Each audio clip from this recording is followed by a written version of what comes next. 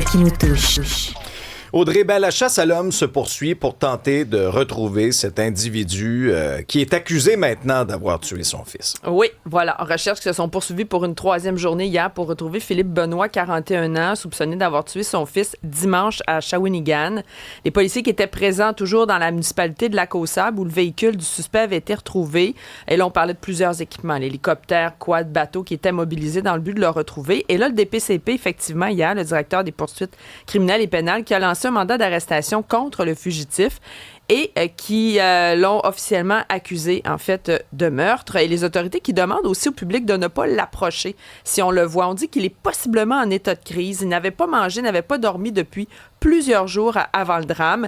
Et on dit aussi qu'il peut être capable de survivre en forêt pendant plusieurs jours. Il avait l'habitude de disparaître pendant de longues périodes en forêt avant d'être retrouvé. La dernière fois qu'on l'a vu, la dernière trace connue de la part de la Sûreté du Québec, c'est dimanche quand il avait pris la fuite après avoir poignardé son fils. Et là, sa santé se détériorait dans les derniers jours. Il avait des propos délirants. Donc, c'est inquiétant. Si vous le voyez, ne l'approchez pas, mais plutôt appelez le 911. On va avoir Roger Ferland un peu plus tard qui va nous amener un peu dans les coulisses de ce genre de traque-là. Parce que, est-ce que les policiers recherchent encore un suspect même vivant à l'heure où on se parle? Est-ce que plus les jours passent, plus ses chances de survie diminuent? J'ai accroché aussi sur le fait que tu disais, à plusieurs reprises, il disparaissait comme ça. Il partait en forêt. Tant qu'à moi, je rajoute ça, là, disons, sur la liste de drapeaux rouges de cette histoire-là. Lorsqu'on dit, par exemple, dans les jours précédant le meurtre, dans les 4-5 jours précédant le meurtre, n'aurait pas dormi, n'aurait pas mangé, avait arrêté de prendre ses médicaments, puis là, mettez ça sur la pile, là, sur le fait qu'il pensait qu'il était épié par les francs-maçons, par l'Organisation mondiale de la santé, qui pensait qu'il y avait effectivement une puce à l'intérieur du cerveau qui était à l'origine de tous ces problèmes. Le questionnement que je continue d'avoir ce matin en lien avec ça, c'est il y en a combien des bombes à retardement comme ça dans la société? Des gens qui passent un peu entre les mailles du filet, n'ont peut-être pas le suivi adéquat, arrêtent de prendre leur médication, et on connaît la suite. Là. Dans ce cas-ci, c'est un jeune qui était promis à un brillant avenir, qui a été assassiné, et c'est une famille qui est complètement démolie. Là. Moi, j'ai encore en tête là, les propos de la mère. Qui vit un vrai cauchemar, qui vit l'enfer là, depuis la fin de semaine. Un dénouement dans cette histoire du meurtre de Daniel Langlois et sa conjointe. Là, les suspects ont été enfin reconnus coupables. Oui, Daniel Langlois, fondateur de Softimage, qu'il avait vendu à Microsoft. Il possédait un complexe hôtelier en Dominique.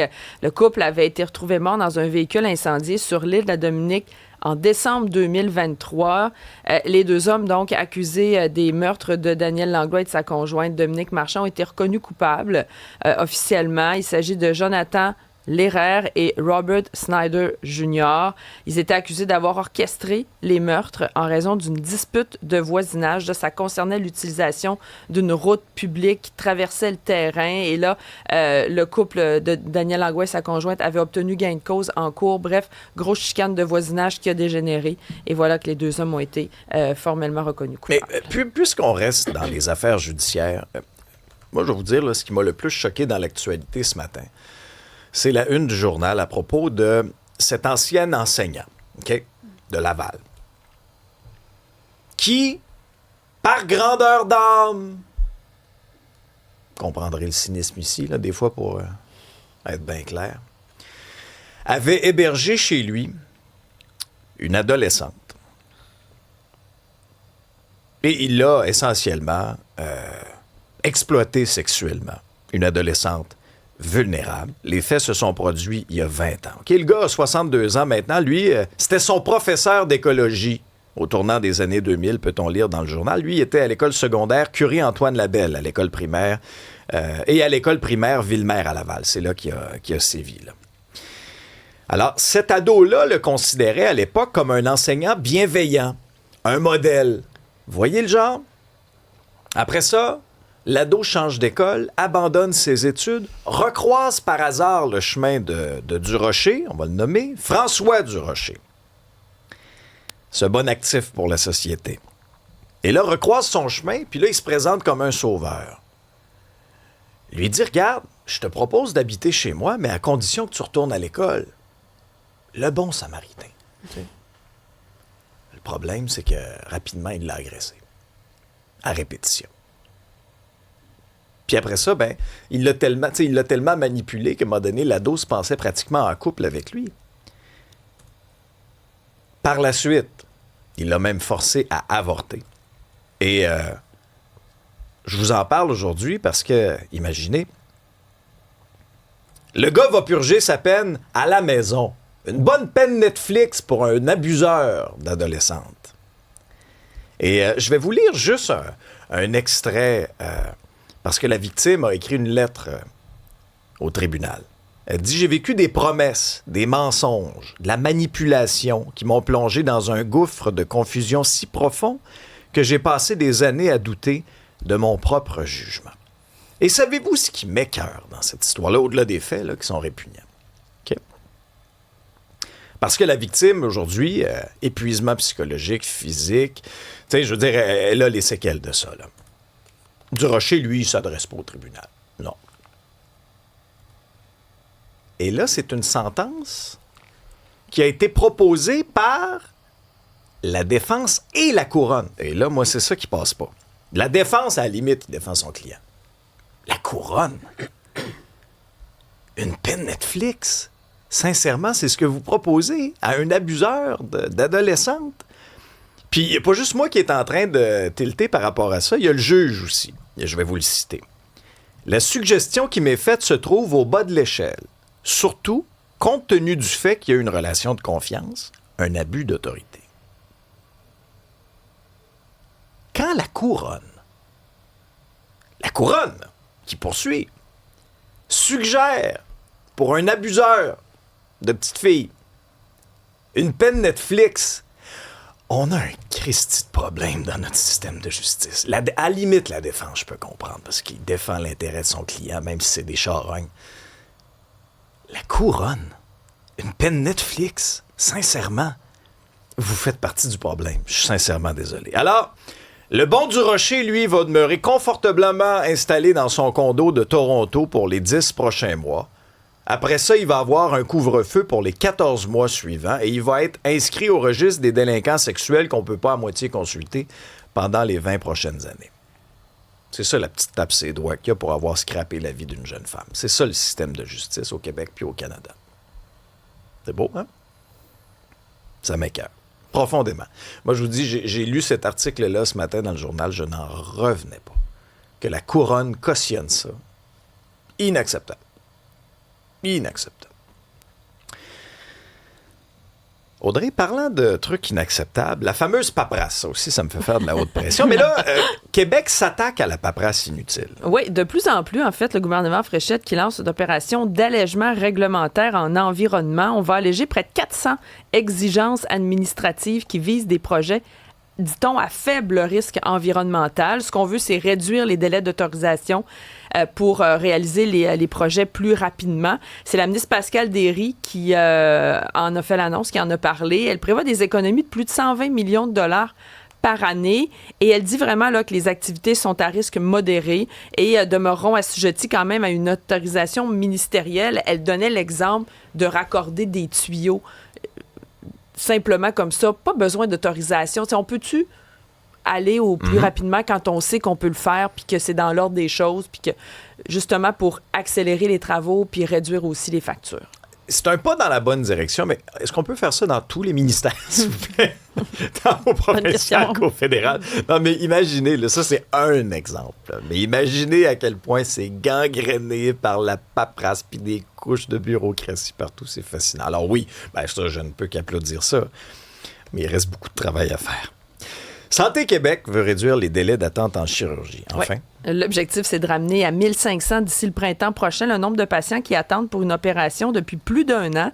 Et là, pour y arriver, Santé Québec mise sur une meilleure utilisation des salles d'opération. Et ce qu'on pourrait faire aussi, c'est transférer des patients vers d'autres hôpitaux. Recours aux cliniques privées aussi ne devrait concerner qu'environ 300 patients. Ça avait été critiqué, cette proposition-là, là, mais bon, à peu près, on pourrait d'avoir recours justement aux cliniques privées. On prévoit aussi investir 100 millions de dollars pour réaliser 20 000 chirurgies supplémentaires et réduire les listes d'attente. Parce que souvent, les médecins sont disponibles, mais les salles ne le sont pas, ou il manque d'effectifs aussi autres, là, que ce soit les anesthésistes, que ce soit tous les autres personnels autour, ce qui fait qu'il y a des salles de chirurgie qui sont inoccupées. Mais ça, c'est aussi un exemple de ce qui doit être fait dans le réseau de la santé. C'est-à-dire que, présentement, la solution, puis vous l'avez peut-être vécu, moi je l'ai vécu, mettons, tu n'es pas capable de voir un médecin. Ben, la solution, c'est qu'il faut que tu payes à 2 places. Tu payes tes impôts, qui, je vous rappelle, la moitié de ce que vous envoyez. En fait, je reprends mon histoire du début. On est à peu près 15 % à payer 70-75 % de tous les impôts au Québec, OK? Puis la moitié de tous les impôts qu'on envoie au Québec va au réseau de la santé. Vous me suivez jusqu'à maintenant. Mais là, vous n'êtes pas capable de voir un médecin.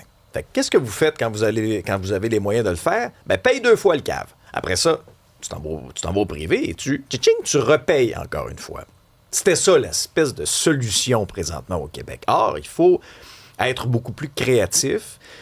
On comprend que les délais d'attente pour une chirurgie varient d'une région à l'autre. Puis, tu sais, je veux dire, c'est pas nécessaire c'est pas nécessairement que moi, à Montréal, j'aille me faire opérer au Saguenay-Lac-Saint-Jean. C'est pas ça. Mais des fois, dans des régions limitrophes, là, tu sais, tu peux jouer un petit peu à ça. Puis, tu sais, alors, enfin, Santé Québec, qui ont des très beaux bureaux d'ailleurs, on a l'impression que là, on est en train d'accomplir quelque chose. Là. Moi, je reste quand même de ceux qui demeurent à être éblouis par Santé Québec. Je suis très prudent en ce qui concerne vraiment mes attentes en lien avec ça. Je n'ai pas été ébloui jusqu'à maintenant. Là, enfin, là, j'ai comme une espèce de petite lueur d'espoir avec ce que tu me dis, Audrey. Qu'en est-il de l'avancement là, du chantier Atwater? Parce qu'on demande beaucoup aux Montréalais cet été de faire attention à leur consommation d'eau. On en a pour combien de temps encore? C'est une grosse conduite, en fait, qu'on est en train de revoir là, sur l'avenue Atwater. Et évidemment, ça cause beaucoup de maux de tête aux automobilistes. C'est un grand chantier.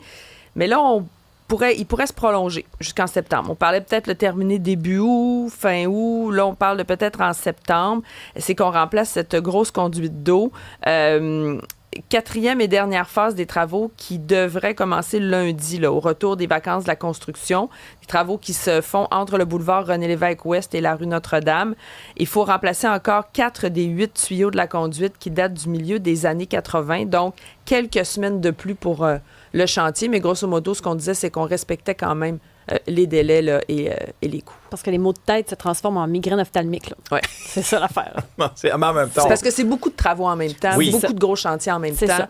L'échangeur Saint-Pierre qui va débuter aussi, on ne sait pas quand, mais éventuellement, ça va être le cas. Fait que ça fait quelques années qu'on vit le bordel. C'est comme si là, on voit une autre étape au bordel. C'est ça. Et c'est un bordel éternel à Montréal. En même temps, on veut-tu un autre geyser? Peut-être pas. C'est une autre affaire. Ça, c'est ce qu'on veut éviter. Un petit mot aussi, Audrey, sur les incendies de forêt. Il y a toute la situation en Espagne, en France aussi, la France qui est sur le qui-vive. Oui, parce qu'on parlait de cette chaleur depuis le début de la semaine qui allait revenir. Bien, c'est aujourd'hui que ça va s'installer. Là, et là, on craint une reprise des incendies en Gironde, dans le sud-ouest du pays. On dit que la météo là, pourrait atteindre des températures de 41 degrés. On dit que pour le moment, le foyer principal est toujours contenu. Il n'a pas progressé non plus pendant la nuit, mais là, la chaleur, les vents menacent d'aggraver la situation. Hier, on a procédé à 2000, je pense, nouvelles évacuations, 4000 nouvelles évacuations de plus. C'est quand même le plus gros incendie de forêt à ravager la France depuis 1949. À Madrid aussi, on craint le retour avec la chaleur, mais hier, ça se passait bien quand même. Il y a plusieurs milliers de personnes qui ont pu regagner leur domicile et tout s'est bien passé. Scène culturelle, Isabelle, Radio-Canada qui garde les coûts associés à l'Eurovision secret. Oui, parce qu'on sait que Mark Carney a cette volonté qu'en 2027, l'année prochaine, pour l'Eurovision qui va se dérouler en Bulgarie, que le Canada participe, mais c'est CBC Radio-Canada qui décide d'aller de l'avant ou pas. C'est avec la presse canadienne, ils ont fait l'accès à l'information, cette fameuse loi-là, ils ont essayé d'avoir des chiffres parce qu'on ne le sait pas. Eux autres, ils disent oui, mais c'est confidentiel, c'est important de garder ces chiffres-là secrets, puis nous, on se dit, ben OK, mais on paye pour ça. Donc, ce qu'ils ont réussi à obtenir avec ça, Le Portugal a investi à peu près 400 000 $ pour sa participation, alors qu'Israël, 1,5 million. OK, donc c'est très inégal. C'est très inégal d'un pays à l'autre. On sait que, par exemple, la France, l'Allemagne, l'Italie, l'Espagne, le Royaume-Uni ont payé des frais plus élevés. Juste pour la participation, là. Les frais de participation, Macédoine du Nord, 64 000 $ en 2022. L'Allemagne, on était à un peu moins de 800 000 en 2023. C'est quand même des chiffres importants. L'autre affaire aussi qui fait sourciller, c'est très politique. Très, très politique. Ce qui fait que ça pourrait amener Radio-Canada à devoir prendre des positions et faire des déclarations politiques. Ça, c'est une autre affaire qui pourrait y avoir. C'est pas caché. On l'a vu, entre autres, avec Israël. La guerre, on l'a vu avec la Russie. À chaque fois, il y a des pays, tu sais, on parle du soccer puis des espèces de lui participe pas. Puis Oui, c'est ça. Là. Ben Qui on là, exclut, qui on admet. L'Eurovision, il y a cet aspect-là qui est très, très présent aussi. Donc, le Canada, on va se positionner de quelle façon? On dit, bon, c'est les Canadiens qui vont décider la personne qui va représenter le Canada, mais tout ça dans un flou. Mais il semblerait que les pays, en général, n'ont pas l'obligation de divulguer les frais. C'est juste que comme on n'a pas accès à toute l'information, comme il y a des inégalités d'un pays à l'autre, c'est sûr qu'il y a un gros point d'interrogation là-dessus. Est-ce que c'est vraiment pertinent qu'on investisse pour être sur cette scène-là? C'est une question.